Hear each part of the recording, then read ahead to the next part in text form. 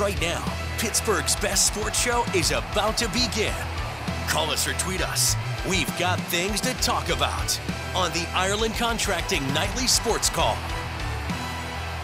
Good evening, everyone, and welcome inside the Fan Cave. This is the Ireland Contracting Nightly Sports Call, 412-575-2600.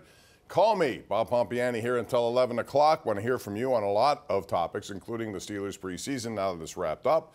Your thoughts about what you saw, your also thoughts about what may happen by Tuesday. It's cutdown day, and then your expectations of this football season for the local club. Let me know what you think at 412-575-2600. Also hit me up on Twitter. It's at KDPomp.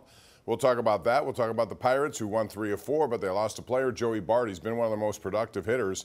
39 runs batted in, and he's done it in like 195 at bats. So he has the potential to be what he once was, which is the number 2 overall pick. Having said that, he got hurt, so the number 1 overall pick is coming back. Henry Davis, after doing a good job of adjusting his offensive numbers down in AAA, he'll be back now. We'll see what they do with him. The question I have for you is, do you agree with Yasmani Grandal that strange things can happen in September?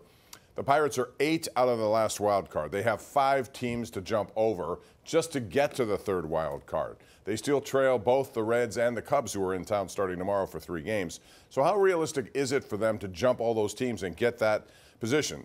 Division's out of reach, 13 games, and they're never going to overcome that. So if you want to continue to try to play as if you're going to catch them, okay, fine. The odds are not in your favor. But does this mean that the Pirates should not bring up guys from AAA and give them a little 1-month audition?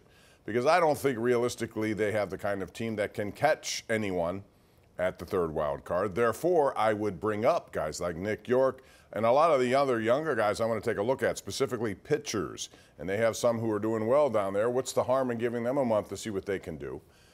So I'd like to know what your philosophy would be, because it's a long way to get to that 3rd wild card. Stranger things have happened, yes, I know, and it's an unpredictability of sports, but the predictable part is the Pirates are not the kind of team right now, as constructed, that can get where they need to go. 412-575-2600. Barry Bonds was in town this week. Do you think he should be in Cooperstown? I do. It's not because I like him as a person. I thought he mistreated so many people here in Pittsburgh, but I've always said, and I always will say, that I have to judge people, if I had a vote, based on what they were allowed to do on the field. He played. There was no stopping him from playing. The league chose to look the other way for Sammy Sosa, Mark McGwire.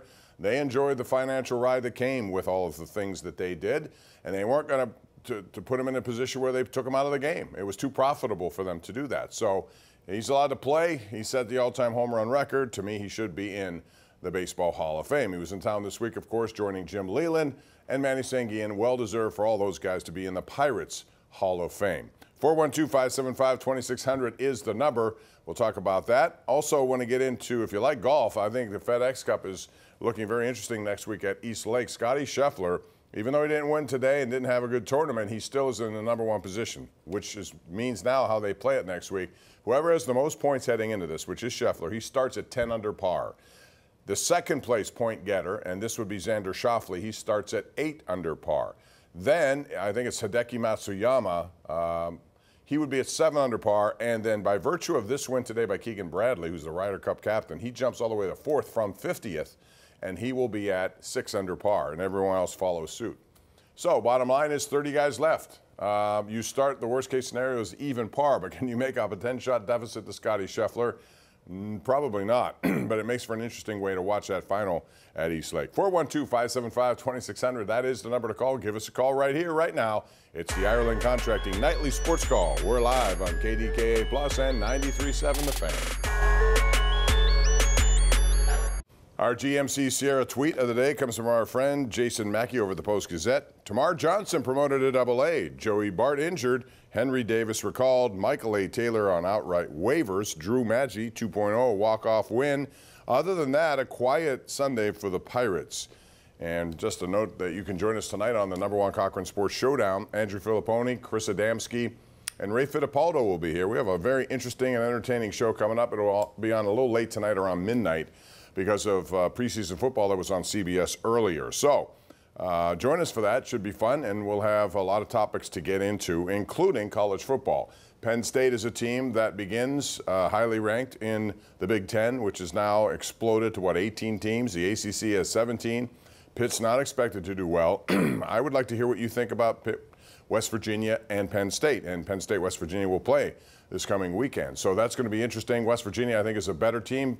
So is Penn State. And I think Penn State, with the schedule they have, knowing that Ohio State is home this year, maybe this is the year they kick that door down, get into the 12-team playoff, and maybe do something at that point. 412-575-2600. Let's get right to the lines. They're buzzing tonight. Let's begin with Alan in Cecil Township. What's up, Alan? How are you? Hey, Bob. Good. How you doing? I'm good, thank you. What's going on?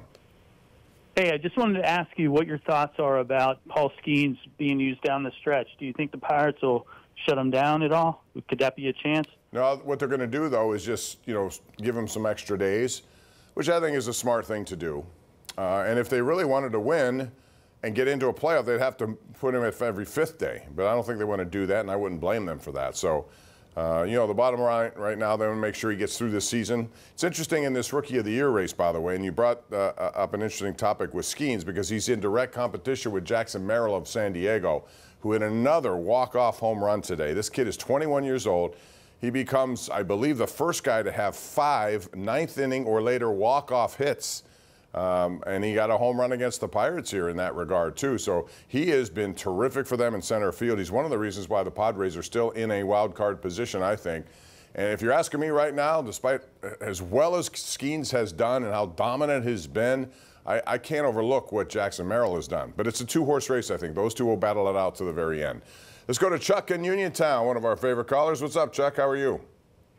Good evening, Bob, and thanks once again. No, Bob, I agree with you. I do not agree with Yasmani Grandal. Bob, remember this. At this stage of the game, a serious contender is never a team that's under 500. No, that's true. I think the Pirates would be wasting their time trying to chase the contenders. For the month of September, they should look toward next year. I also think that as much as I like Paul Skeens, I think I'd have to give the Rookie of the Year award to Jackson Merrill. Yeah, he's done stuff, Chuck, that I don't see many 21-year-olds doing. And again, Skeens deserves it as well. He'll finish top 2 at the worst, but as far as someone who is triggered, he's in there every day, and he's now, I think he has 75 runs batted in. He has like 20 stolen bases. He's really good defensively, and he hits critical hits.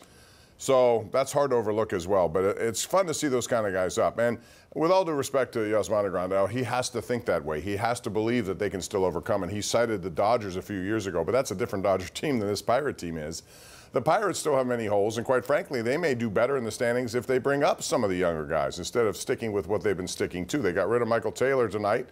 So Michael A. Taylor has been put on waivers, and I would expect to see a lot more of G1 Bay at this point would be wasteful time, I think. I'd rather get Nick York and some of the other guys down there to get an opportunity up here. I'm glad Henry Davis is coming back. Not glad that Bart got injured because he has been their best offensive hitter next to Hayes and Cruz. Or I'm talking about Reynolds and Cruz, not Hayes. Hayes has been a problem. That's a whole nother topic. Let's go to Stan in McCandless. What's up, Stan? How are you?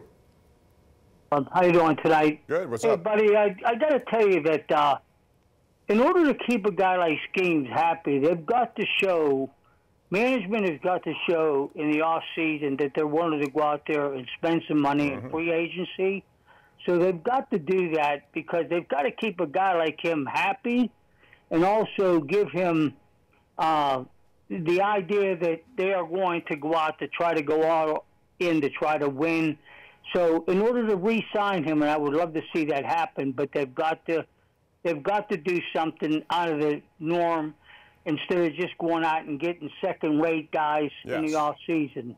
Stan, I couldn't agree more with that. They have to show some commitment, and it's about a financial commitment. There's no reason not to. The payroll continues to lag behind, and that's a choice they make. They can change that choice by and listen, it would help Skeens and all these other young pitchers. You heard Grandal talk after the game about all these one-run losses. Guess what? If you had more offense, you'd win those games. That's on ownership. That's on the GM. That's on them. They have to supply it, not the players. They've got enough well-pitched games. They should have won more of those one-run games. At 412-575-2600. You got a lot of interesting tweets here. I want to get to this one. This is Scotty B. Says, BC always looks up at the barn door, and I'm not sure what this says, to be honest. This is what the problem when you read them live. You don't know what you're getting. Genomics says, Yarnell is a stud. Pitt's going to be good. Yarnell's a good player. I don't know if they're going to be good. They're picked 14th in college football. I hope they're better than that. They were 3-9 last year. Pitt has to get better than that. Sean Kramer says, as the schedule lays out and barring no injuries from any teams, the Steelers, I have them at 7 wins and coming out of the bye week, turning to Fields as quarterback in week 10. Interesting. That's a Twitter at KD Pomp. Let me know what you think. Right now, let's find out what Dennis in South Fayette thinks. Hey, Dennis, what's going on? Good evening, Bob. Thank you so much for taking my call. Sure. I wanted to real quickly say thank you so much to the fans at the stadium on Saturday night. I've been a Pirates fan since I moved to Pittsburgh in the 1980s, and Bonds just is one of the best players that ever played the game. One of the things about him, I think people, give him a little deference or a little benefit. I mean, he was really a spoiled brat. I mean, he had to grow up, but he never did. Growing, but he never did, Dennis. Well, but because I think one reason why, once you develop that reputation, then you almost have to defend it because everybody puts that, that marker on you. Or you could just admit that it's a bad way of handling business, and he should have done that long ago, I think. Listen, as I said, and thank you for the call, Dennis, he deserves to be in the Baseball Hall of Fame. I'm not going to ever sit here and look at things and take into account all these different clauses that you may think have to apply here, whether it's a morality clause, how you treat people. Listen, if you put the numbers up, it should be a numbers game. It should be what have you done on the field. This other stuff, but Barry Bonds was his own worst enemy. I don't think anyone who covered him thought differently. He was his own worst enemy. He treated people badly. He didn't need to do it. He needed to be better with those people. And there was no reason, and spoiled brat, maybe that's the way to sum it up, because I think that may apply. 412-575-2600. This is Ryan Zedek on Twitter. He says, just think where the Pirates would be if they even won 3 or 4 games during that 10-game losing streak. Well, they'd probably be 4 out or so instead of 8, trying to climb over 5 teams, and that's the problem. Matt in Butler's next up. Hello, Matt. How are you? And welcome to the Ireland Contracting Nightly Sports Call. Hey, Bob. Thanks. Hey, I got a question. In the minors, is there anybody that can come up and play first base? Because I've seen enough of Rowdy Tellez and Connor Joe to know that they're not the future of the club. So I'm just wondering if there's any opportunity there. And has there been any update on the pitcher who's his name's escaping me, but he's been hurt now for 2 months? Any update there? The pitcher who's been hurt for 2 months. Now, you're talking about Jones, I assume. There have been others. Jared Jones is with them. I expect him to start on Tuesday.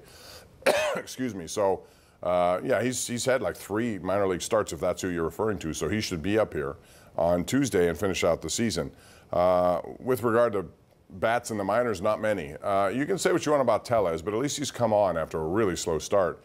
Connor Joe, I've had my fill, all due respect. Really nice guy, but he's a good utility guy, but I would not have him on a regular basis out there. 412-575-2600. Nancy is in Torrentman right now. She's on the sports call. Hey, Nancy. Hi, Bob. How are you? Good. Sorry about the call. Got a good team.